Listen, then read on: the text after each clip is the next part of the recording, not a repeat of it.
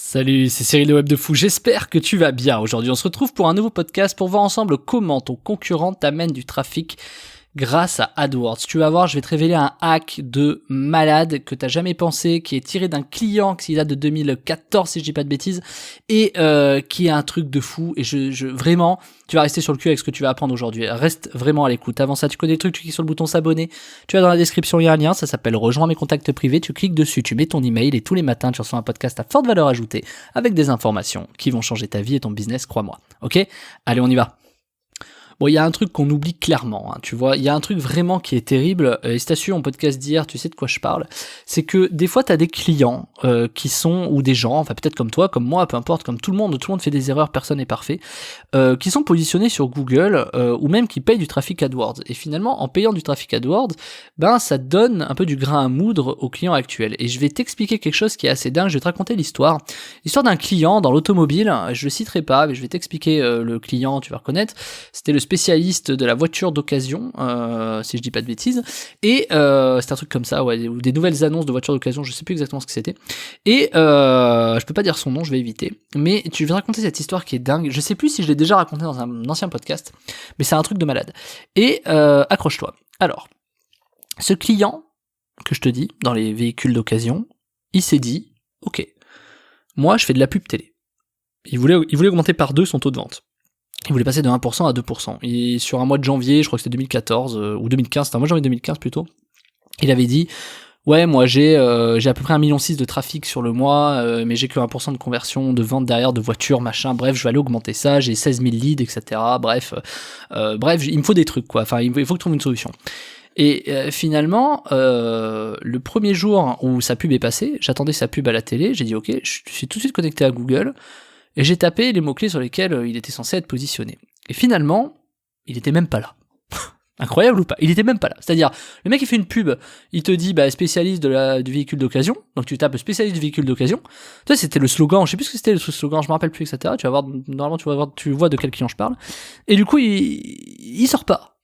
Donc, il y a combien de millions de personnes aussi connes que moi qui arrivent et qui tapent la même chose après la pub, tu vois ? Donc finalement, le mec il paye une pub télé, et en fait, il apportait du trafic aux concurrents. Donc, tu voyais sur l'analyse des sites concurrents que le mec faisait une pub télé, mon client faisait une pub télé, et du coup, personne n'était positionné. Enfin, lui, il n'était pas positionné sur Google, tu vois, sur les annonces AdWords, etc. Mais, par contre, tu voyais dans tous les sites qui étaient positionnés là-dessus, des augmentations de trafic après la pub. Ce qui finalement était logique, tu vois ce que je veux dire, c'était logique, mais le mec était pas positionné. Donc imagine quand même le kiff pour les autres de dire putain, le mec il fait sa pub, il est pas positionné, royal quoi. Tu vois, et des fois t'as des mecs qui d'un coup, ça se trouve les mecs en face, ils savaient même pas que c'était à cause de ça, tu vois, ils se disaient oh je comprends pas, le soir j'ai un pic de trafic. Oui, mais c'est normal, les mecs ils sont chez eux, ils ont dû faire une bonne recherche, t'es tombé dessus, t'es bien positionné, etc. T'imagines le délire? Tout ça parce que t'as un client qui est pas positionné, qui lui met du budget pour une pub télé. Et pense-y parce que des fois il y a des trucs qui se posent pas forcément, tu vois, quand tu te le dis, tu te dis pas, toi tu crois que c'est à cause de tes actions, mais tu penses pas aux facteurs extérieurs en fait, des trucs comme ça, tu vois. Et donc c'est aussi con que ça, mais c'est pour te dire à quel point t'as des gens qui font des pubs télé, pose-toi, et franchement des fois regarde les pubs télé, tape les slogans, tape les noms, tape les machins, tu vas te rendre compte qu'il y a des gens qui sont jamais positionnés. Et je te dis ça, mais c'est tellement ouf que tu veux, mais je sais pas, des trucs, je peux même pas te dire, mais des entreprises cotées au CAC 40 qui sont pas positionnées sur des choses comme ça quand ils font des pubs, tu vois. Je sais pas, demain t'as le parfum Dior, tape Dior, voir s'ils ont pas d'AdWords au moment où ils passent, tu vois. J'en sais rien, normalement ils sont positionnés Dior, hein, tu vois. Mais c'est pour te dire que je sais pas, le nom du parfum, ça se trouve ils le sont pas. Et puis je vais même te dire pire, si ça se trouve, ils sont positionnés, mais en fait ils sont bien loin derrière parce qu'au moment de la pub, ils ont pas pensé, grâce au planning, tu sais ce truc qu'on te dit jamais dans les formations, tu sais, tu t'es déjà tapé des formations sur Facebook, sur AdWords, etc. On te parle jamais des plannings, tu sais ces plages horaires où tu dois être positionné, les gens ils disent oh non, moi c'est bon, 24h sur 24, tu vois, je veux plus de trafic, mais les gens pensent pas qu'il vaut peut-être mieux être positionné genre 80% de ton budget entre 6h et 9h du soir, tu vois. Par exemple, personne pense comme ça. Je te dis pas qu'il faut le faire ou pas le faire, d'accord, mais je te dis juste, essaie de réfléchir dans ce sens-là. Pourquoi est-ce que finalement tu claquerais ton budget tout au long de la journée alors que les gens sont au taf? J'exagère, mais je te caricature. Et pourquoi tu claquerais pas finalement 80% de ton budget de la journée entre 6h et 9h du soir? Pose-toi la question. Pose-toi la question. D'ailleurs, si tu regarde bien, je vais même te donner un autre indicateur. Regarde Facebook comment il claque ton budget tout au long de la journée. Et regarde bien quand est-ce que tu as des conversions, comment ça se passe. Je veux dire, la plupart des conversions, elles se font le soir, entre 5h et, tu vois, entre 4h du soir, de l'après-midi et, 10h du soir, tu vois, ou 11h du soir. Elles se font pas entre 2h du matin et 7h du matin, tu vois ce que je veux dire? Donc finalement, les calendriers, les plannings, les plages horaires sont quelque chose d'hyper important. Et imagine des gens qui font de la pub télé comme ça, comment ils n'utilisent même pas ça pour appuyer leur budget. Et finalement, c'est les concurrents. T'imagines le concurrent, il a juste à se positionner un tout petit peu au-dessus. C'est tellement moins cher pour lui. Et en plus, imagine l'effet bénéfique. Donc, t'as ton concurrent, il fait de la pub télé. Il est pas positionné parce que il a pas travaillé ses plages horaires. En plus de ça, toi, t'es intelligent. Du coup, tu mets un peu plus de budget pendant ses pubs parce que t'as compris le planning de la pub, t'as compris à quelle heure il passait, etc. Et donc, du coup, t'augmentes un peu plus ton budget. Imagine le triple effet. Tu récupères tout le trafic. Ça booste ton site en autorité sur Google, c'est-à-dire que du coup, même ton site, il va être mieux référencé sur Google derrière, et t'as quasiment rien eu à faire, quoi. T'as juste eu à acheter les mots-clés, tu vois. Donc, imagine le délire du truc. Donc, du coup, fais vraiment gaffe si tu fais de l'AdWords. Fais vraiment gaffe à ces plages horaires.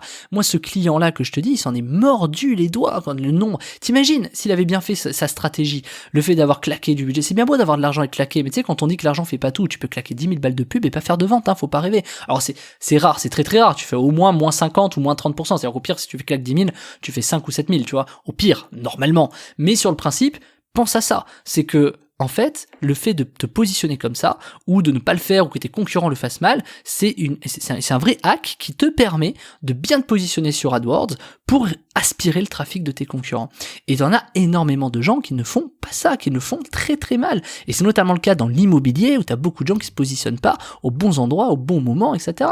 Regarde maintenant tes pubs à la télé, et regarde les pubs de manière intelligente, parce que toi, si tu me suis, c'est que tu travailles sur le web, ou que t'as envie de travailler sur le web. Pose-toi cette bonne question quand tu regardes les pubs, plutôt de regarder la pub de Madrange, je sais pas quoi, en te disant ouais, j'en ai marre de cette pub, ou Comme J'aime, ouais, j'en ai marre de cette pub de Comme J'aime. Est-ce que t'as analysé, est-ce que t'es juste allé sur Google après une pub de Comme J'aime? Est-ce que t'as analysé le site de Comme J'aime? C'est-à-dire, tu sais, ça se trouve, tu fais partie de ces gens qui râlent parce que ils ont trop vu la pub de Comme J'aime. Salut, je suis Bernard, ou Bertrand, je sais pas quoi. Ok, t'en as peut-être eu marre. Mais tout ce qui génère de l'émotion, qu'elle soit positive ou négative, analyse-la. Regarde bien ce qui s'est passé et regarde bien ce qui se passe. Les mecs étaient hyper présents sur les premières pages, les machins, ils avaient tout blindé. Et si t'as pas tout blindé sur Google au moment où tu fais des pubs télé, ou même sur Facebook, sur YouTube, si t'es pas partout au même moment, ce qu'on appelle une stratégie de communication, si t'es pas partout en même temps, au même moment sur ton entre guillemets, ton lancement, eh ben, clairement, t'es out. Et t'es vraiment out, parce que tu ramènes le trafic à tes concurrents.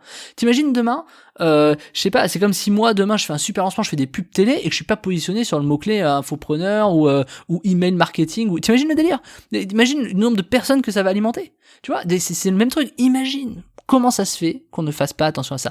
Et tu n'y fais pas attention, c'est certain. Peu de gens y font attention. Je te dis ça parce que ça fait partie des bonnes conduites, tu vois. Et pense à tout ce qu'il y a derrière, les retargeting, les machins. Imagine, en fait, le fric que tu perds à ne pas étudier ça, en fait. Et t'as peut-être mieux à faire cette semaine. Tu devrais peut-être analyser ça. T'as peut-être énormément, tu vas peut-être trouver des idées de dropshipping, tu vas peut-être trouver des positions en tant que coach, tu vas peut-être trouver des positions ou des idées d'infoproduits, ça va dépendre de ce que tu fais, mais globalement, c'est quelque chose qui est capital. Et si tu veux savoir aujourd'hui comment tu peux exploser sur AdWords, comment tu peux créer des stratégies comme ça et comment tu peux augmenter de 252% de prospects en plus sur AdWords, je t'ai préparé la formation en description, tu cliques dessus, ça s'appelle 252% de prospects en plus sur AdWords, c'est une formation que je t'ai préparée où il y a tout dedans, il y a mes outils, il y a même des scripts que tu peux utiliser, t'as juste à aller sur une URL, je t'explique tout, hein, tu fais le truc, tu fais des copier-coller, c'est hyper simple, c'est hyper basique, je te montre tout, on fait l'anatomie d'une bonne landing page également, je te montre quelles sont ces stratégies justement à utiliser, comment est-ce qu'on fait du retargeting, mais c'est pas que, je vais te donner toutes des idées comme j'ai pu t'en donner là dans les podcasts cette semaine, je vais te donner plein de choses qui vont te permettre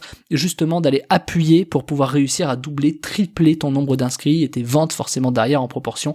Donc c'est quelque chose que tu dois absolument avoir, c'est un must-have à avoir cette formation sur AdWords. Et personne te montrera AdWords comme moi je te le montre. Si tu as déjà suivi mes formations sur Facebook et autres, tu sais que s'il y a toujours de l'unique dedans. Et alors évidemment, on va aborder les créations de campagnes, les trucs de base bien sûr, mais je vais te montrer des preuves. Moi j'utilise AdWords depuis 2011, hein, ça fait 9 ans, 10 ans, enfin mon compte il date de 2011, mais j'utilise AdWords depuis bien avant, depuis 2009. Donc c'est pour te dire que là je vais te montrer le compte que j'utilise depuis 9 ans, les stats, les machins, les raisons. Il y a 10 ans d'expérience dans ce que je vais te montrer, je vais t'expliquer pourquoi j'ai pris telle décision, pourquoi tu vas devoir la prendre toi ou non. Bref, il y a tout dedans si tu veux clairement exploser sur AdWords. Et si tu suis mes podcasts cette semaine, tu sais à quel point c'est important. Alors je te laisse là-dessus, je te laisse cliquer dans le lien en description, ça s'appelle 252% de prospects en plus sur AdWords. Le lien est en description, je te laisse cliquer dessus, on se rejoint de l'autre côté, je te dis à tout de suite.